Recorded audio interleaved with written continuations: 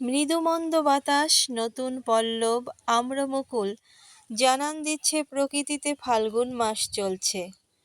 আসসালামু আলাইকুম।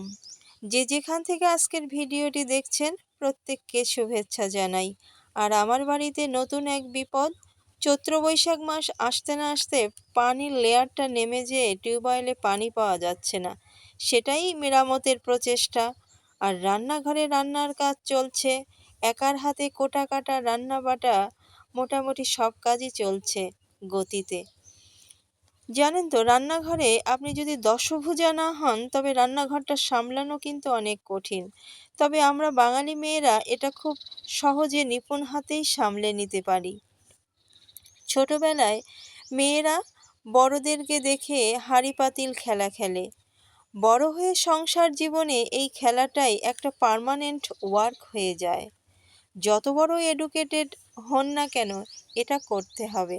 তবে হ্যাঁ, এক্সেপশনাল তো সোসাইটিতে কিছু থাকেই যারা কাজের লোক রাখতে পারে। তবে আমার মতো যারা মধ্যবিত্ত পরিবারের রমণী, তারা কিন্তু নিজের হাতেই রান্নাটা করতে বেশি স্বাচ্ছন্দ্য বোধ করে।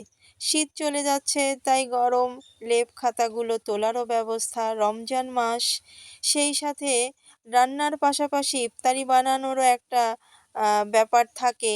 আর এখানে কিছু ফল আছে, সেগুলো ইফতারিতে কাটা হবে, পেঁপে আর পেয়ারা। আর প্রেসার কুকারে আমি আলু আর ডিমটা একসাথে সিদ্ধ করে নিয়েছি আজকে। আলু আর ডিম যদি এভাবে সিদ্ধ করে নেন তবে কিন্তু সময়টাও বাঁচে, খুব ঝটপট হয়েও যায়। এটা সবাই জানে এখনকার আধুনিক মেয়েরা, তবুও একটু বললাম। আর আজকে আমার ফুফু শাশুড়ির ছেলেটা আমাদের বাড়িতে ইফতার করবে আমাদের সাথে। ওর মা অসুস্থ, তো সব সময় সব ওর মনের মতন আইটেমগুলো করে দিতে পারে না। তাই ভাবছি ছেলেটা যখন আমাদের সাথে ইফতারি করবে, তবে ওর পছন্দের আইটেমগুলোই থাকুক। ওর পছন্দের আইটেমের তালিকায় আলুর প্রিপারেশনগুলো বেশি ও পছন্দ করে। সেজন্য আজকে আলু দিয়ে ডিম চপ আর মাংসের চপ তৈরি করব। তাই ২ হাত ভালো করে ধুয়ে আলুগুলো ম্যাশ করে নিয়ে খুব সুন্দর করে যত্ন সহকারে তৈরি করার চেষ্টা করছি।